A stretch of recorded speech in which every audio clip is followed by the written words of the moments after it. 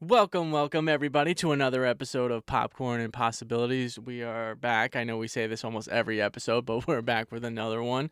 Uh, Definitely took some time off here. Had some situations to deal with. Uh, Getting strep throat is never a fun thing. I felt like I was Oh, 12 years old all over again, but the worst. here we are. So I apologize in advance if I cough at all throughout this episode and blow out your eardrums, but I'll try to mute myself if that happens. So, Steph, how are we doing? We are rocking and rolling and getting excited that cooler weather is hopefully on its way because I am very much done with the heat and the humidity. I'm over it. I'm ready for fall. Is it just a sign you're getting older that you're like done with summers? Because it's like, I don't know. This one really took it out for me between the like 90 degree days and rainy days, no in Uh, between. I think there's heightened sensitivity to weather, but I also think it goes back to what we chatted about. I don't know if it was a week or 2 weeks ago at this point, Mm, but I think when you were younger, the summer had the allure of like I wasn't in school. It yeah, was true. my time. And Right. now, well, and I will say this, and I think I've said this in the past.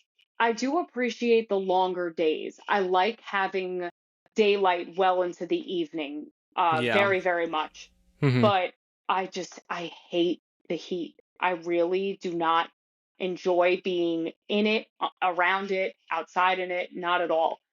Um, and I have always been partial to the fall. That's always been my favorite season. So Hmm. that probably plays a factor into my feelings on the summer as well. And I love when these like when you go to Vegas and they go, "Oh, it's just a dry heat." It's still fucking hot. It Yeah. doesn't matter. It still feels like a blow dryer is on you. So, It's also not as dry as they try to purport that it is. The no. air is thick. I don't really Hmm. care. It's unpleasant no matter which way you slice it. Especially in like the casinos because it's like 50 degrees in there, and then so Yeah. second you Yeah. step out, you're like, "Oh shit, okay, Yeah. there it is." I like try to upgrade my phone, um, because it's like that 2 year mark where the phones just try to crap Okay. out. Yeah. Um, it didn't work out. But I was like, why does iPhones waste their time putting colors on the back of their phones? You always put a case on it anyway. So Yeah. what's the point? Just make it white or black. It doesn't matter. I will say I have an OtterBox on mine, but it's clear in the back, so you can actually see. It's like it's not Okay. totally clear. It's got like sparkle to it, I guess, but you can Hmm. see the color that you chose for the phone. But that's why whenever they're like, "Oh, what color do you want?" I'm just like, "Whatever's in stock. I don't Yeah, really yeah. care." It's not like it's a No skin car off and I my gotta back, drive my around. guy. Yeah, I don't have to Yeah. look at it every day. I can't. Yeah, Because it's also, who is looking at the back of their phone in the first place? no, nobody is. Nobody. Right. And it's what it's just such an absurd thing when you think about it. Like, yeah, you have this phone, but you need to get a case and you need to put glass on it. Like, I thought this was the point was like the Nokia phone was indestructible. You could throw it anywhere you wanted. You could throw it in the Yeah. incinerator; it still wouldn't blow up. It still would come out. Yeah. Yeah. But that was like my semi battle of the weekend was trying to figure that out. But I'll wait It's till never September, fun. Yeah, it's never fun having to go through the phone upgrade process. especially leasing it. Like that Yeah. doesn't make me Yep. feel better. Like Nope. I have to spend all this for a phone plan plus 20 to I don't know, $50 at this point. Right. Right. Yeah. It's very frustrating. And I'm the worst. I will literally wait until I have absolutely no memory left on my phone or Mhm. the battery is draining in like 15 minutes. And then I think to myself, okay, it's probably time to upgrade. But I try to take very good care of my phone. And Yeah. as long as it's not cracked or scratched or broken or anything like that, and it's still functioning, I am never compelled when a new model comes out to instantly go and upgrade. I'll ride out the old model for as long as I can. Well, It's just like sports games, you know, every year, year to year, they're never really different. You just gotta give it a couple of years, because Yeah, there's not. I yeah. mean, how much more updates can you get on this iPhone? It's like, wow, congratulations, the icons are now circles instead of squares or something. Like, it's like, who gives a shit? But you went to a concert recently. How was Yes, that? I went to the Great South Bay Music Festival on Long Island. Took a little sojourn out to Long Island for that. Because the lineup was, I mean, the lineup was insane. It was Head Automatica, Gym Class Heroes, Say Anything, and Taking Back Sunday. And they all Um, sounded good. I remember you saying the sound was a well, little, whoever eh. did the audio for it, so okay, there were a lot of things working against the sound. It was an outdoor venue, it's Hmm. near the water, so there's a lot of wind and ambient sound. But I have been to plenty of outdoor venues where everything is crystal clear and loud enough that you could hear everything. Hmm. I was very disappointed that for most of the performances, the instruments, like bass, drums, guitar, all of that, keyboard, if applicable, that Right. was very audible, but the vocals were very muted, at Oof. least from where I was standing. So that was a little bit frustrating. I have to shout out our boy Travis McCoy from Gym Class Heroes because Yeah. he brought so much energy that Hmm. whatever was going on with the audio mixing did not impact him at all. Hmm. You could hear him from anywhere in the venue, and you could tell he was just so excited to be there and to be performing again. He Hmm. he brought phenomenal energy and he sounded fantastic. Yeah, I'm Um, hoping I'm hoping either they drop an album or they put like yeah, a me little too. tour up, because I definitely would like to see him. I saw them when they were like '07, '08, I want to say, Yeah, somewhere around then. I saw them around then at Warp Tour, and then they performed at my college in like 2011 or 2012, and I saw them Hmm. there. Okay. Um, I'm lying to you. No, it wasn't 2011 or 2012. It was literally right around the time that you're saying, like '08. I think it was Yeah. '08 or somewhere around there. Hmm. Um, but they are just great performers. They really Yeah. are. Yeah. Um, Say Anything was still doing their Is Was a Real Boy tour. It's its 20th anniversary, and that is one of my favorite albums of Okay. all time. Hmm. I saw them perform it in Philly last year in May. Hmm. Um, so getting to see it again was a treat as always. Um, and I mean, Taking Back Sunday, they're another group of, they are performers. And I was saying to everybody I was with, they are the emo pride and joy of Long Island. Like, if you know the Long Island music scene, Hmm. everybody is into Taking Back Sunday or was at some point. They went through a phase, whatever. So Right. they're always fun to see. I've seen them several times in my life. And they always put on a really good show. It's like an easy, not for them, but it's like it's an easy money grab to be like, oh, let's just like do like a 20-year anniversary of the album or 25. But like at the same time, I like it because if it's a band, for example, like Fall Out Boy, where it's like, I don't want to hear your newest album, no offense, but Yeah. like, I just want to hear the ones that I liked. And so when you do those kinds of tours, like, all right, this I'm more inclined to go spend the money. So it's funny. Spoiler alert. We're going to be talking about a John Cusack film today. Yeah. And one of my favorite John Cusack films, I'm sure everyone knows this is coming, is Say Anything. And that is where the band derived their name from, was that movie. Oh, I didn't know Um, that. yeah. Interesting. So that particular album that's 20 years old now, Is a Real Boy slash Was a Real Boy, Hmm. is one of those defining albums in my life, where every song is attached to a memory or a person. And actually, my wedding song is off of that album. Um, Oh, wow. and my husband asked me to be his girlfriend at a Say Anything show. Well, look at that. All Yeah, right. so they're one of those bands that will always have a very special and sentimental place in my heart. Um, and yeah, it just for me, it's always worth it to see them. But for that album in particular, I am glad they tour it every couple years to celebrate the anniversary because that one means a lot to me Mm. personally. Was there any good merch or Not really, no? honestly. I mean, there were a couple of T-shirts that I was like, yeah, I guess I would wear that. Merch prices have gotten out of Crazy. control. Yeah, like Yeah. I remember when a sweatshirt used to be the expensive get, and that was like $50. Right. And a t-shirt was like somewhere between 15 and 25, whatever. Now the t-shirts are going for For somewhere between 50. 35 and 50. Yeah. Yeah, yeah. So I always try to ask myself, do I really need another band t-shirt? Because I have so many of them at this point that Right. I have to take a minute and ask myself, like, are you buying this because you feel like you have to commemorate that you were here? Or Mhm. is it one that you actually really like and you're going to wear and you like the design or the style or whatever it is?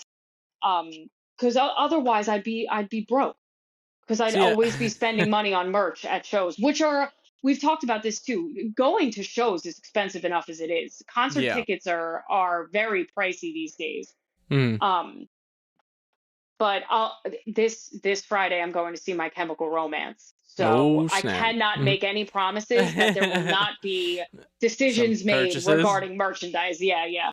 I've always was curious why it was considered frowned upon to wear a shirt or merchandise of the band you like and you're going to see them. So if you wear a Blink shirt and you're going to see Blink, it's considered to be, I don't know, Cringe. loserish, cringe. Yeah. Yeah, like why is that? It's like you go to a baseball game, you wear the jersey of the A team you jersey. like. Yeah, yeah. I have to Like, be honest with you. I have no idea hmm, why or where that came. Because what if you buy a shirt at the show and you want to put it on? right. It's I like don't get no. it. It makes no like. What are you supposed to go there and not already be a fan or not broadcast that you're a fan? I don't. It It sounds like it, so hipsterish just be it like I knew them before they were cool and had yeah, merchandise. yeah, yeah. It is. It has become a very bizarre, like unspoken rule for some when going to shows. I don't know. I say wear whatever the hell you want. Who Right. cares? Like, Right. if you're going to see and support an artist, Mhm. obviously you're a fan of them. Mhm. And it's like No. the same people who will say, like, ew, you wear a band's merch to their own show, cringe. Also, look at you funny if, God forbid, you don't know like 10 words to one of their songs. They're like, oh, you're not a real fan.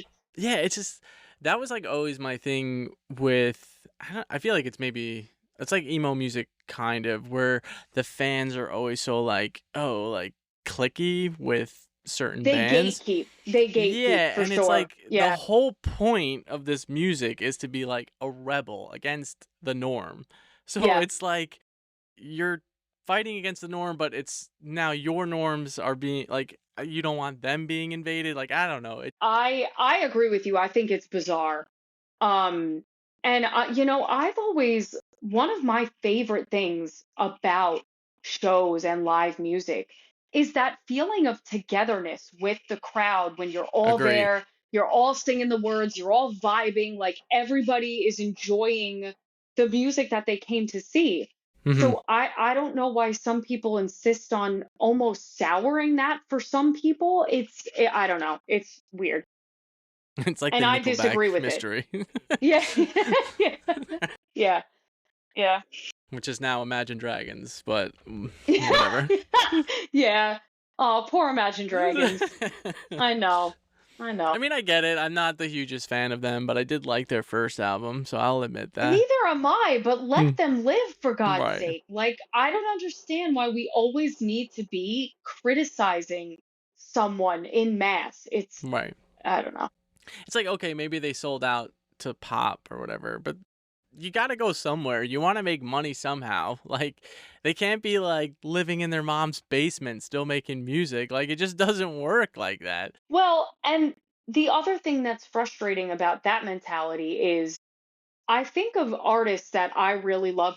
Even let's talk about artists that like we don't listen to frequently. Like look at how many times Taylor Swift has Mm, reinvented herself. Beyonce has reinvented herself and gone into other genres of music or styles of music.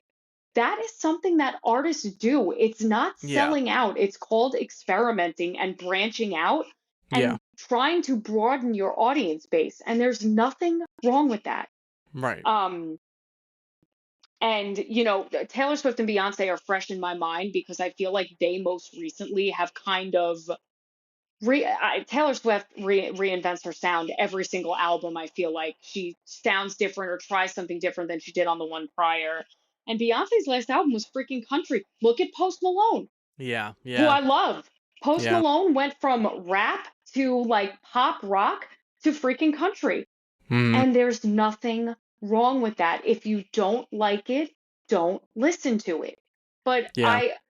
it feels so defeating when it's like people will go out and crucify an artist because they've pivoted or they've shifted what type of market they're branding themselves to or what their sound is. Isn't So that the I whole feel, point too? Like to yeah, try things, yes, like yes, experiment, yes. And I think everybody should embrace being creative in multiple areas, styles, venues, because you may find that there's a certain sound that, forget about your audience is the biggest or sells the most records or makes you the most money. You may find there's a style or a genre that speaks to you or Right. that really it feels right for you, and you'll never know if you pigeonhole yourself into one genre. Mm. And now, there are plenty of artists who do, like, there are some artists that define the rock, the rap, the R&B, the pop categories, and that's where they've always stayed, and that's fine too. Right. But I don't think it's fair to write off an artist or to criticize them solely because they quote unquote sold out because Yeah. they changed their style or their sound. I think every artist in any space has the right to get creative and try new things and see what works best for them.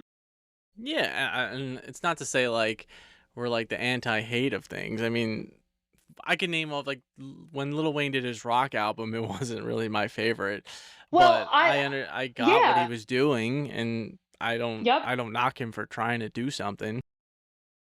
That's 100% spot on. This isn't about saying you need to love everything they do because I mentioned Post Malone. I could not get into his country stuff because I'm Yeah, not a me country either. music person. Yeah. But I'm still rooting for him on the sidelines. I'm glad it's been successful. I'm glad he's passionate about what he's doing because if you support an artist, that's what it's all about. It's about supporting them. Right. Um, but no, don't get me wrong. There are 100 styles of music and different experimental things people have done that have not been my cup of tea. Right. Um, but it's somebody's cup of tea out there. Like, clearly it's selling records and it's getting people to shows, so let them live. Something's working. Yeah, yeah. Well, speaking of some good music here, we can pivot to. So this was a bit of a wild card. I'm gonna start off by saying that. Where it came from was my sister used to have a big CD collection. I'm talking like the whole spinning wheel one, the I know the books, one. yeah. Oh yeah. So she used to have Grosse Pointe Blank's soundtrack, and I remember it being good, but like I don't remember a whole lot past that. And it like always stuck in my mind as like one of those movies, but I just never came around to seeing it. So we had hung out and we were talking about movies, and I like looked it up and I was like 97. All right, so we're in our 90s category. Yep, yep. And you said you loved John Cusack, so I do love John Cusack. it just kind of it came The together stars and aligned. Yes. yeah. So we went for it. So our latest watch is Grosse Pointe Blank. It's a 1997 vehicle here. So we got the Rotten Tomatoes score of 82%. Popcorn is 86%. Metacritic, we got a 76. User is a 7.9. And IMDb is a 7.3 out of 10. I think I would categorize this movie as a dark romantic comedy, Yeah. if Oh, that makes 100%. sense. Yeah. Okay. Yeah. Yeah, so So go ahead.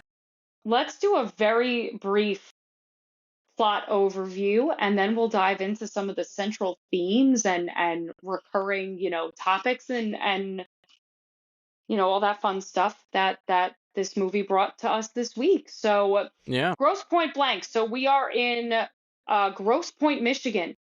That's where we're set.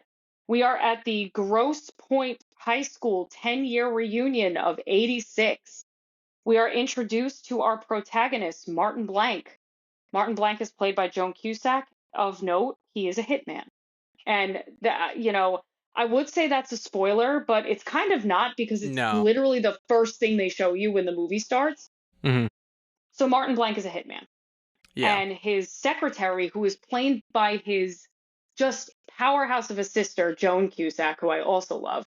Um, the movie kind of opens up with him in the middle of a job, then him doing a job that goes completely freaking sideways, Yeah. and Joan Cusack trying to convince him to go to his 10-year high school reunion. Hmm. And they don't really tell you why. Clearly, there is some tension there because John Cusack really doesn't want to go. Hmm. Um, he has a brief conversation with Dr. Oatman, his therapist, played by Alan Arkin, who convinces him, you should do it. You should just go do it. So on top of this, Martin is dealing with like this conflict with a rival hitman, the Hmm. grocer, played by Dan Aykroyd. So he decides he's gonna go lay low in his hometown and go to his 10-year reunion.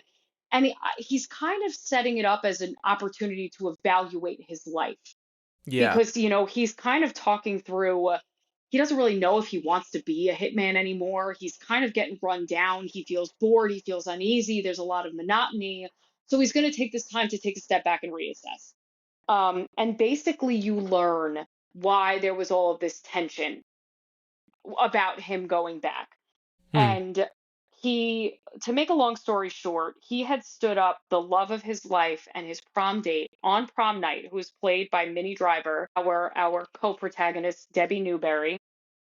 And literally, he gets all set up to take her, and then he leaves her, and he leaves town entirely, and nobody has heard from him in 10 years.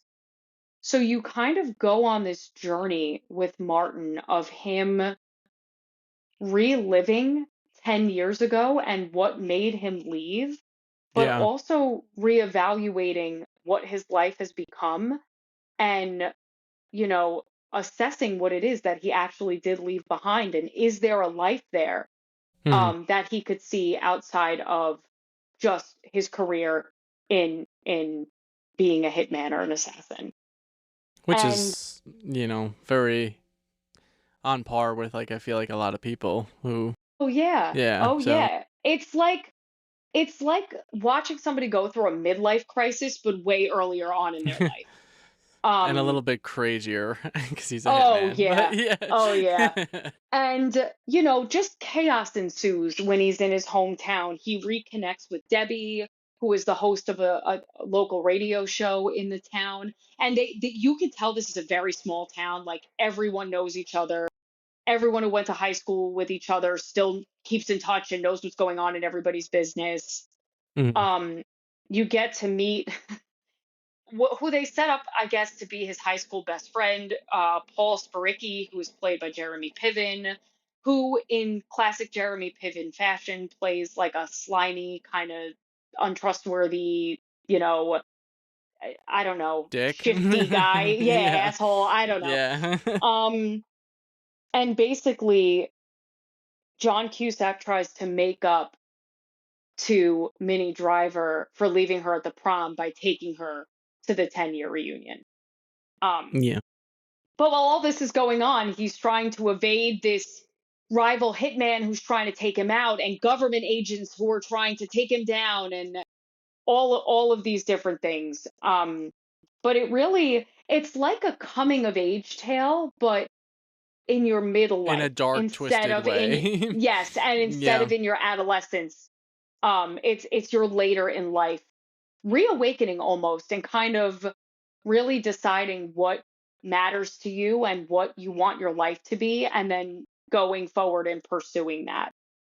Um And that's basically the plot. I would love for our listeners to experience this one, Yeah. um, because I don't know how many out there have seen it. An underrated gem, I would say.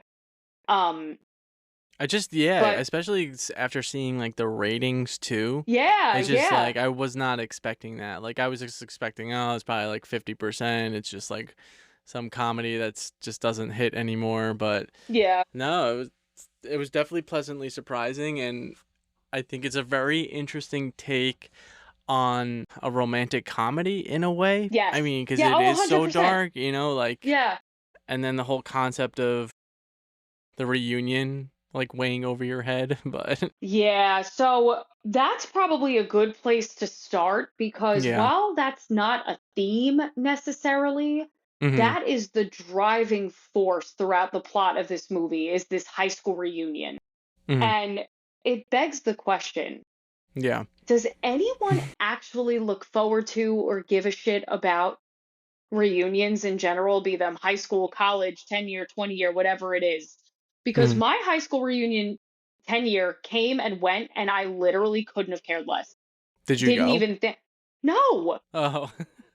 no. There was like a Mhm. Facebook page created about it, and I Mhm. didn't join it, and I didn't care at Mhm. all, really. Because if I if agree. we were friends in high Yeah. school and we still have a connection of some sort, I Mhm. still talk to you. I don't need to go see you at a high school reunion. Chances Right. are, if I don't talk to you anymore, I don't want to see you necessarily in the future. Doesn't mean I don't wish you well and hope the best for you, but if we were close in high school, we're probably still at least somewhat connected now, even if it's not, we talk every day or we meet up regularly. We Mhm. probably still follow each other on socials and stay, connected with each other in that way and know what's going on in each other's lives. Right. Um, so yeah, No, you I had nailed it with absolutely no that. interest. None. Yeah, you nailed it. I actually it was I only learned that because back then I thought it was something the schools would organize, like I did 10-year reunion too, too, actually. but Yes. it's not. It's up No. to the alumni really.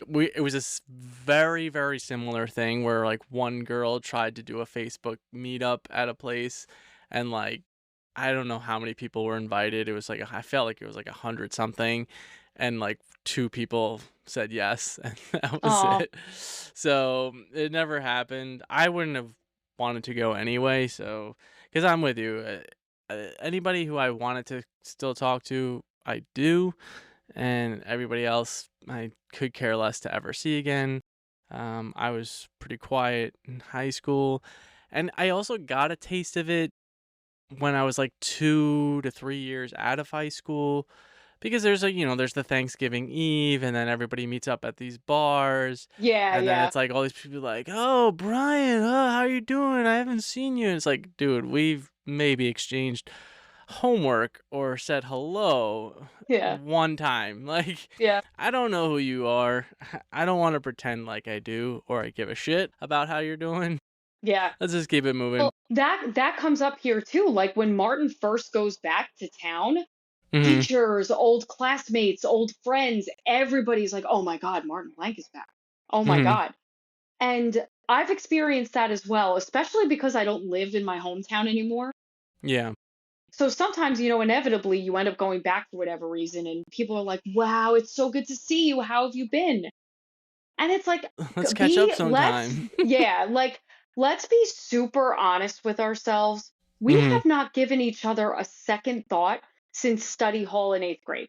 Come on. Right. Like, Right. you don't think it's good to see me. You aren't wondering how I've been. You're wondering that because I'm in front of your face right now.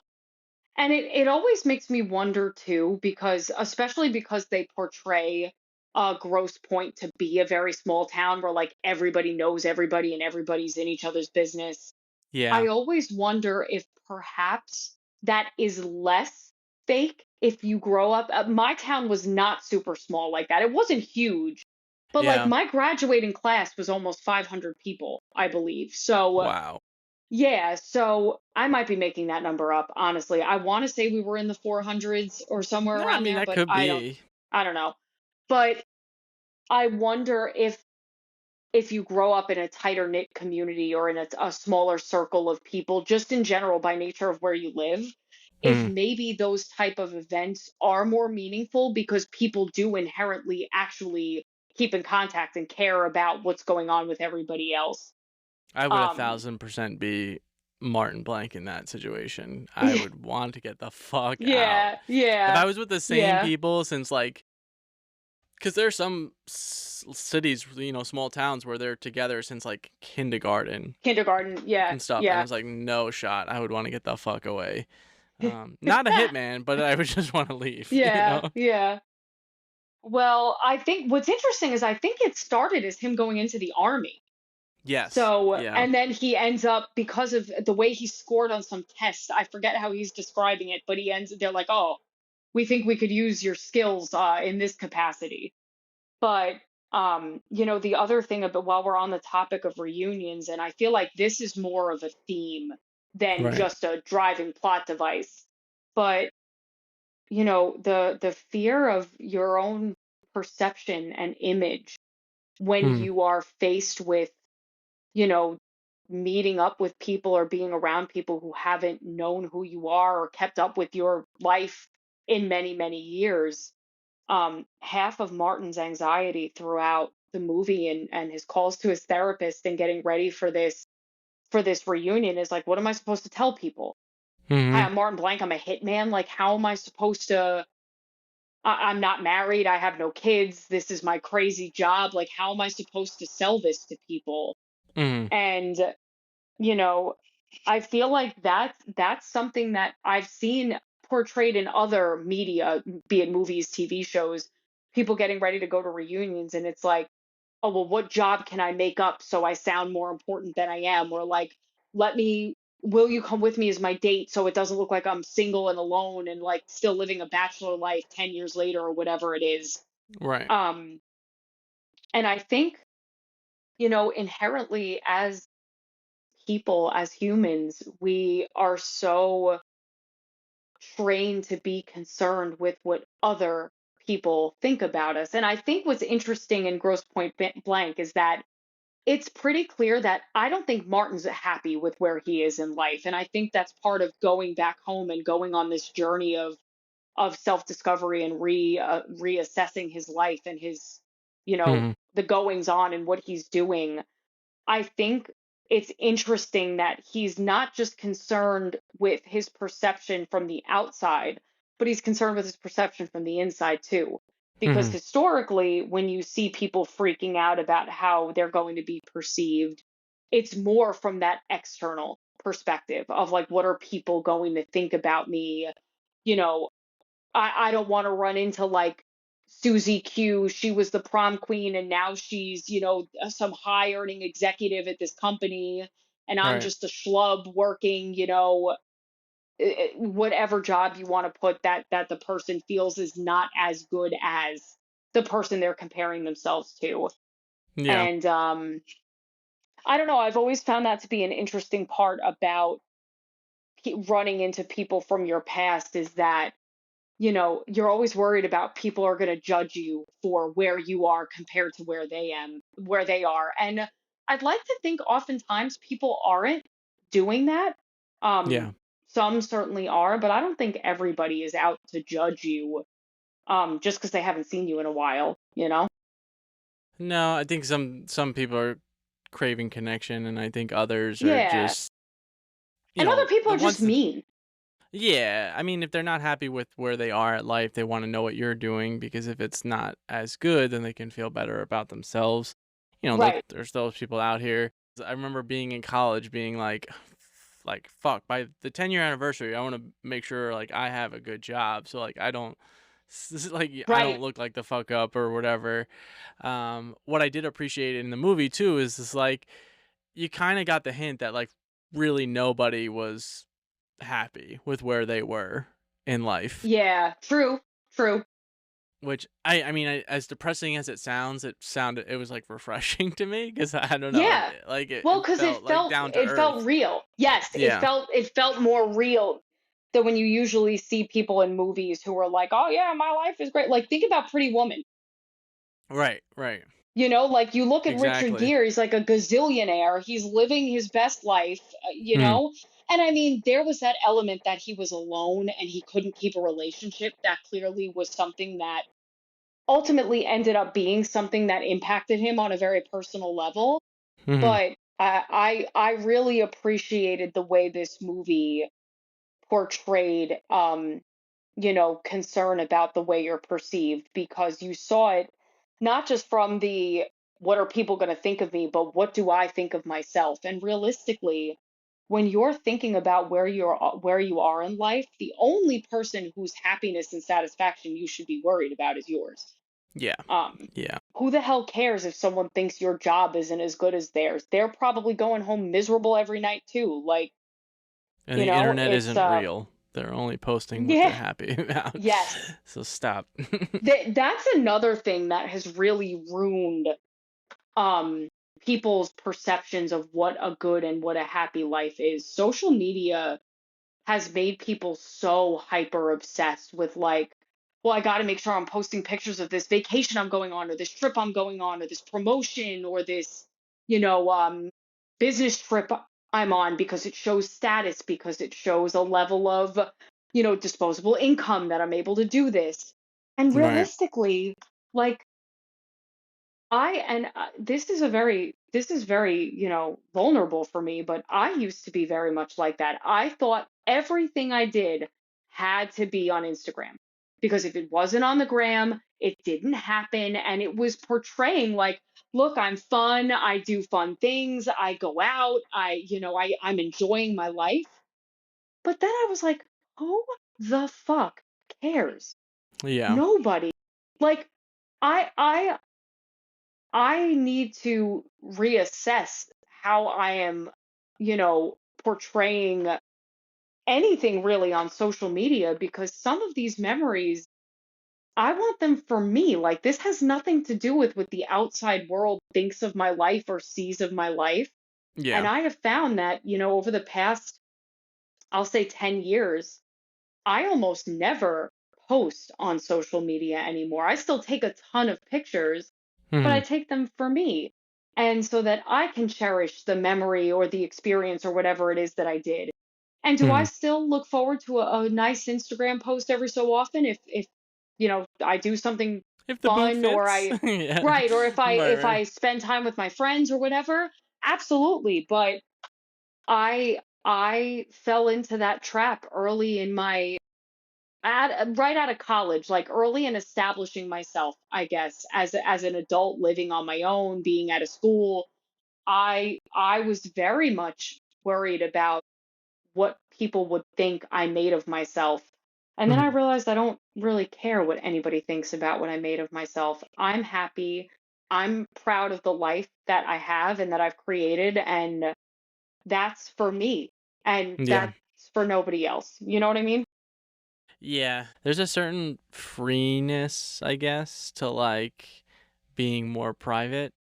Like I Yeah. don't Oh, yeah. if I wasn't outside of like making music and doing this podcast, like I don't really try to flash anymore, like, oh, I'm here, I'm look at this place and I'm so Yeah, cool, yeah. look at me. Like I just feel like the more you post, the more you're trying to seek this outside. Validation. Yeah, yeah, Yeah. exactly. Yeah, and then I mean, I remember posting things and I was like, this is a fire post. Like, Right, right. everyone's going to love this. And then like three people like it, and they're the three people that were there with you because they experienced it with you. Right. And it again, it makes you take that step back and look and say, who am I living for right now? Mhm. I And mean, if the yeah. answer is I want to get, I want people to think I'm really cool on Facebook. Like, I don't know. You got to maybe reassess. Take a step back. When you're on your deathbed, you're not thinking about how fire your post is. You're thinking Right, about the or how many memories. people liked it. Right, right. Right. Exactly. Exactly. Uh, the soundtrack, though, I think we touched on it a little bit, but there's a lot of good songs on this soundtrack. So Oh I yeah. definitely recommend, if not watching the movie, at least listening to the soundtrack. Just to give a little taste of what you can look forward to. Some highlights. We've got the Violent Femmes. We've got Massive Attack. We've got The Clash. David Bowie, Queen, Aha comes up, and that's just to name Yeah, a few. The soundtrack really is a time capsule into this era, and it really is fantastic. It's a really good soundtrack. Take on Me is one of my favorites. I Oh, love that song. absolutely, absolutely. Well, Blister in the Sun by the Violent Femmes is one of Oh, my that one favorites. too. Yes, I Yeah, love that song. yeah. So getting to hear that as many times as I did was a real treat. It's like the Um, only song I ever learned on the guitar, and I yeah. just it's Yeah. Yep. like And then really I think the other kind of theme throughout this movie has to do with, what the importance of work-life balance and, having a job that you feel passionate about versus having one that sucks the life out of you because of the impact on your mental health. yeah, Um, I feel like that is heavily stressed in in the most comedic way. They right, really right. do. That's where the dark comedy comes in because what Martin is dealing with, I feel, is very very relevant nowadays in terms of the burnout, the feeling stuck in a rut and monotony and boredom and Questioning your uneasiness and life. anxiousness, right? Yeah, And then really like being in a job and thinking to yourself, I can't fucking do this anymore. I really need to reconsider hmm. the field of work I'm in or the job I'm in because we speak to our millennial generation all the time, but I feel like many of us, we followed the go to college, get a degree, don't take any time off, get a good job. And most of us have been grinding since we graduated high school. It was like, okay, I got my high school diploma. Now I got to go to college. Now maybe I'm in a master's program or a doctorate program, or maybe I just, I got my bachelor's and I went right into the workforce.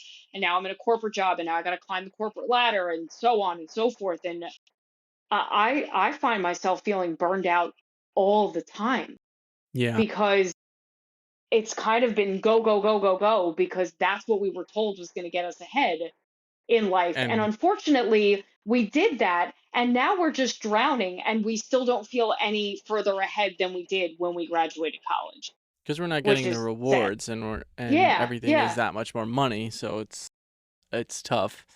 yeah, Anybody who's struggling through it now, I will say, you're probably thinking to yourself like, I'm so burnt out, there's nothing to do, I feel stuck in this job. Sometimes you just gotta apply out there, even if it's a lateral position. Sometimes a change of scenery can really just help. Yeah, yeah, maybe it's dealing with the same bullshit, but you never know who's on the other side of that. Is, maybe you meet a new friend and then you make a connection there and something happens. The other thing I will say is, like, push yourself to try the activity that's in the back of your mind. If yeah, it's going bowling or starting your own podcast, or if it's reading books, like, yep, just do it and give yourself a separate thing to look forward to outside of work. Trust me, it's a hard thing to start, but once you do it, it feels accomplished. Like, it feels great. For us, every time we get to record, it's like something to look forward to. It breaks up the week. For me personally, I've been trying to, read 25 books like we used to do in elementary school. That's what I'm trying to do. I'm almost there, which I'm pretty proud of. But these are all like little things to help boost you. Not to go on this like little tangent here, but I just was offering this piece of advice here. no, Brian's spitting facts on the podcast right now. I took for granted how invigorating it is to not just work, cook dinner, eat dinner, watch TV, go to bed, wake up, do it over again. Like, I've rediscovered my love of reading as well. And even put down your phone and do Mm, something else. Read a yeah. book, do a paint by number, watch a movie you've always wanted to watch. Right. Do something that kind of engages your mind and sparks that thing inside of you that brings you joy and creativity and energy. Because listen, the cruel fact of life is many of us are not in a position where we can retire anytime soon. Many of us are not coming into generational wealth anytime soon, and many of us are not going to win the lottery anytime And soon. many of us probably don't like our job that we're doing, but Yeah, yeah, a you hundred know, percent. yeah, So, you have to really find the things that make you happy and commit to incorporating those into your weekly routine. Um, because it really does help with that feeling of being stuck. yeah. Because at least you have something that you're looking forward to, or that you're doing that's outside of the box or out of your comfort zone. Hmm. So I think I'm actually very, very glad you went on that little tangent, because I think it is such important advice. Because I was guilty of that for so long. I Yeah. came home from the office, I put on my pajamas, and that was it. Ate Hmm. dinner, watched TV till I passed out, woke up, started all over again. And this has been really great ever since we started doing this. Like you said, it gets me excited in the middle of the week, and it gives me something to look forward to on a consistent basis. So, Yeah. yeah, Call it the break the conveyor belt of yeah, life. yeah, yeah. Yeah. And the other piece of that too is, I hope for our listeners out there, there is some percentage of us that, we went to college to do one thing and now we're in jobs that probably aren't so much aligned with that. Right. Um, but hopefully in some aspect of what you do, you can find some aspect of your job that you do enjoy on some level. Not to say you love working, because I don't know that anybody does, Right. but Right. try to find that element of your work that brings you joy or sparks passion. Because if you truly hate what you do, you're going to run yourself right into the ground, and that's no way to live life. So Yeah. I Yeah. understand that it's not reasonable to say, like, go out there and find what makes you happy, because financially most of us can't do that, right? We find Yeah. steady work and we kind of got to stick with that. But that's why every day, as I'm, sitting at my laptop questioning the career choices I've made, on my bad days, I try to remember what it is about my work and what aspects of my work that I do enjoy.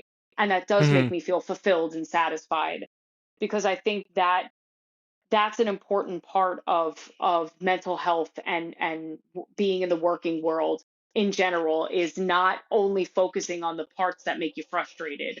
It's remembering what you enjoy about your company or your coworkers or the work you're doing on a daily Right. basis. Yeah. I well, it's well said. Did you have any other themes that you wanted, or that was I mean, the only everything? other one that I kind of stood out to me was, what does it mean to go home? So when Martin Blank Yeah. goes home, his Mhm. house is no longer his house.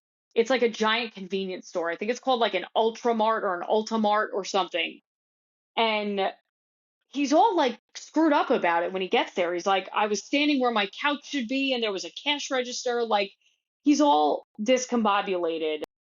And he really doesn't feel home until he reconnects with Jeremy Piven's character and with Minnie Driver's character, and he kind of Mhm.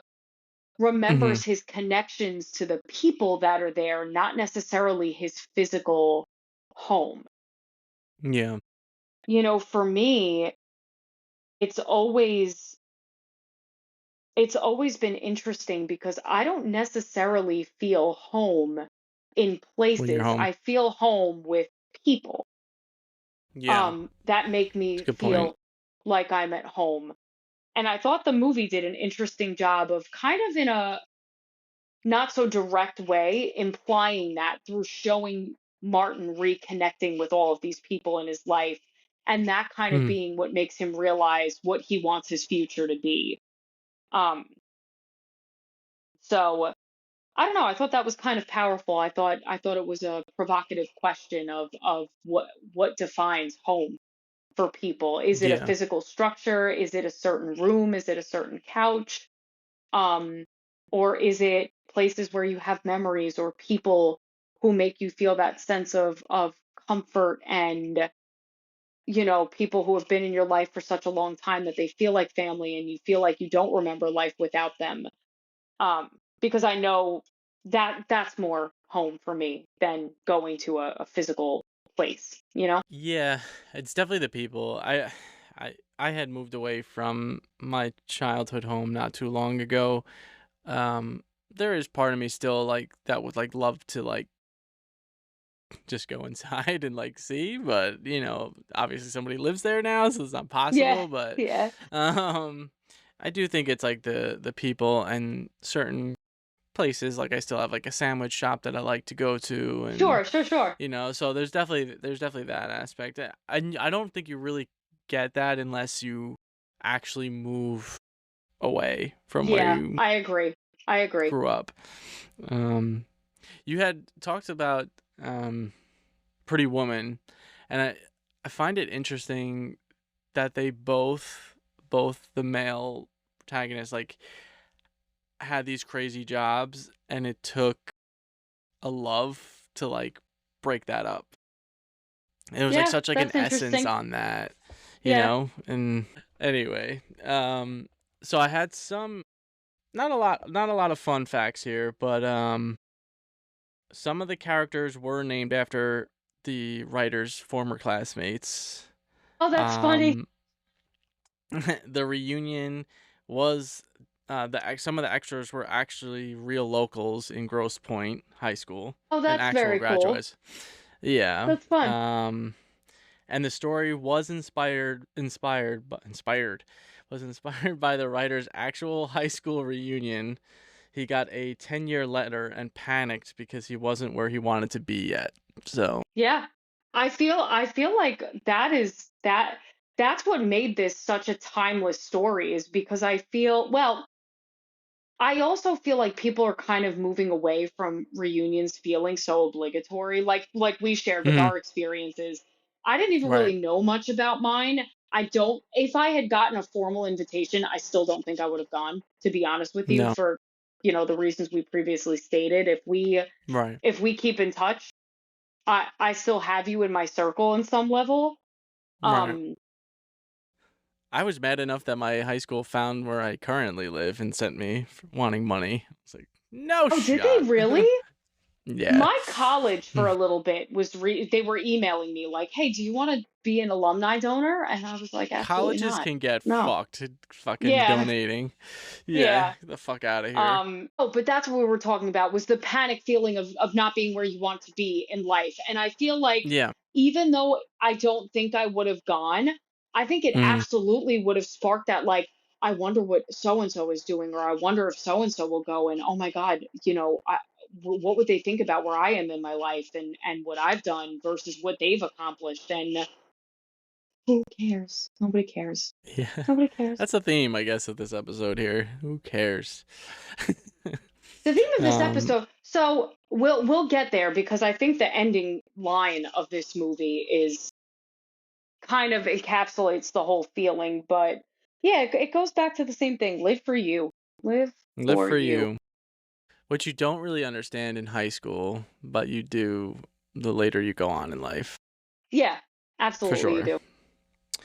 Um, I just thought this was kind of funny. I noted this, but the guy who plays Bob DiStapello, the one who was like, "Do you want to do coke?" Oh yeah. Uh, I'm Yeah. like, did that guy just?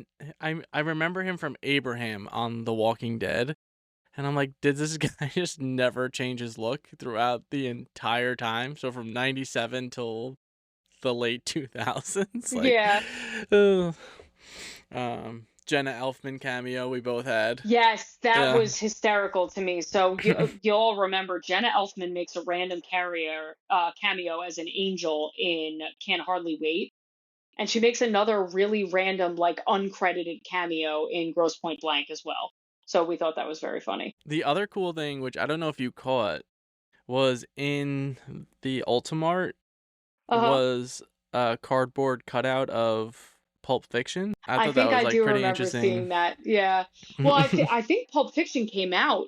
It was either it was somewhere between 95 and 97, I think. So it makes sense that it would be in the cultural zeitgeist of the movie because it was culturally relevant in real life at the time. Well, he was almost a cameo. That was another fun fact I had, but Wait, who it just was? like didn't work. Quentin Tarantino. Oh, how funny. Yeah. It didn't end up happening, obviously, but yeah, Yeah, yeah. it was in the works. I don't remember. I who ordered the well done hash browns? Was that the grocer I think the or was grocer. that Yeah. because that is a power move. Well done home fries slap or hash browns or Yeah. both. They're so oh Interesting. yeah. Mhm. There's something about like the char on the potato off the griddle. Oh my God, unbeatable. Okay, I agree with that. Yeah. Slap a little ketchup on it. Ketchup on it. Yeah. No. Yeah, no, no, you lost me there. No ketchup for me. But I do love a well done. And it was one of my friends back home that turned me on to that. Mm.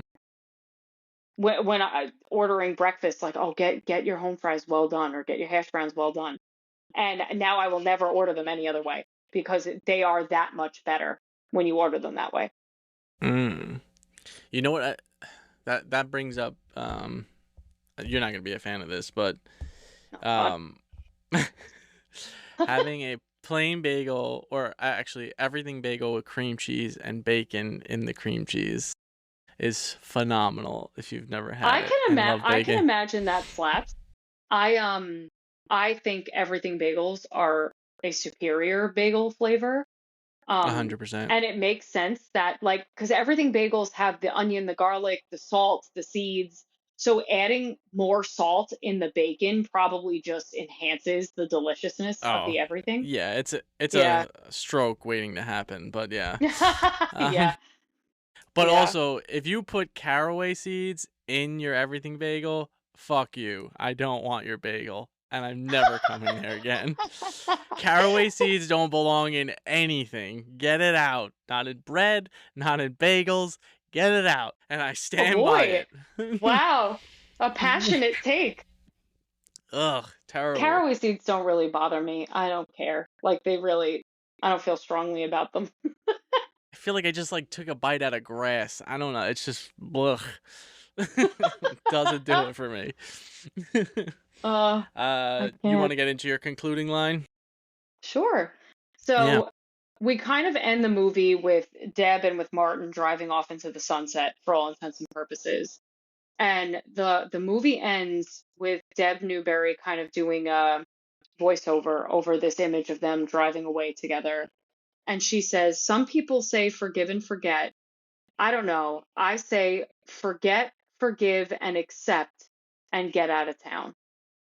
And I just kind of love the messaging behind it. Like who cares? The beautiful, eloquent ending line. Um it's move on and keep going. Hmm. And I thought it was a beautiful little way to end this movie. Yeah. Which for a dark comedy did have some very powerful moments. Hmm. Um, but I can't say enough good things about this movie. I very much enjoyed it. I don't know if I've made that clear, but I really liked it. There's like a nice little twist too. I'm not gonna spoil it Yes, yes, just yes. because it's like kind of I don't want to say indie, It but it's comes kind of and it comes kind of out of yeah, nowhere. So yeah, yeah. yeah. All right, so what do you? Let's get to ratings. What do you got? Are we going all the So way here? not quite all the way. Not quite all the way. I am going to give Grosse Point Blank a mostly sun. Mostly Sunny. The first Mostly Sunny That is for my first. Steph. I can't keep rating everything black clouds and clear skies. I have there's got to be an in between. Um, but Grosse Pointe Blank is one of those movies that I think is definitely worth the hype. It's worth the universally high ratings. John Cusack really was in his prime in this era. Like this was around the time that High Fidelity came out, and he had Hmm. some very popular movies in this late 90s, early 2000s time frame. Say Anything was much earlier than this. Say Anything is the 80s. But I was gonna say, was that like late 82 80s, yeah. or 80? Oh, No, late. I don't think Okay. it was that early. I think it was the late 80s. I'd have to look it up Okay. for the exact year. But if you are a John Cusack fan, there's no shot you don't enjoy this movie. If you Mm. like the music of this era, as we mentioned, you're gonna love this movie. And it has something for everybody. It has its serious notes, it has its actiony elements, it has comedy, it has romance. It just checks off a lot of boxes, and I would happily recommend this one, and I would happily watch it again. Okay. So yeah. Yeah. Um, I've been very torn on this because I feel like I'm gonna say cloudy on this one because I Really? didn't, yeah, I didn't hate it. There was a lot of good points, and as we're talking through it, I'm like, yeah, I did like that. I did enjoy that.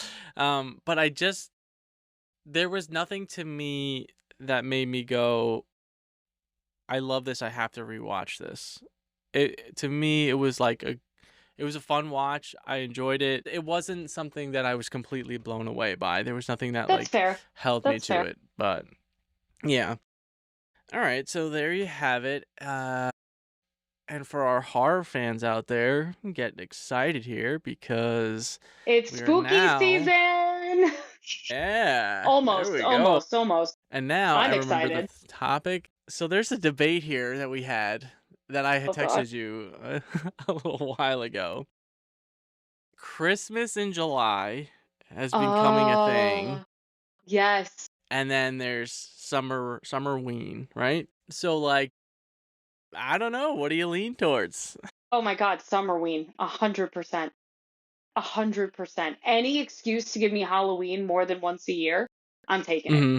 I also think decor lends itself better to Summerween because you can carve pineapples and watermelons like pumpkins, and it looks True. really cute, and it Mhm. has still has that summer vibe, and you can put your fun 10-foot skeleton in a pool float and sunglasses.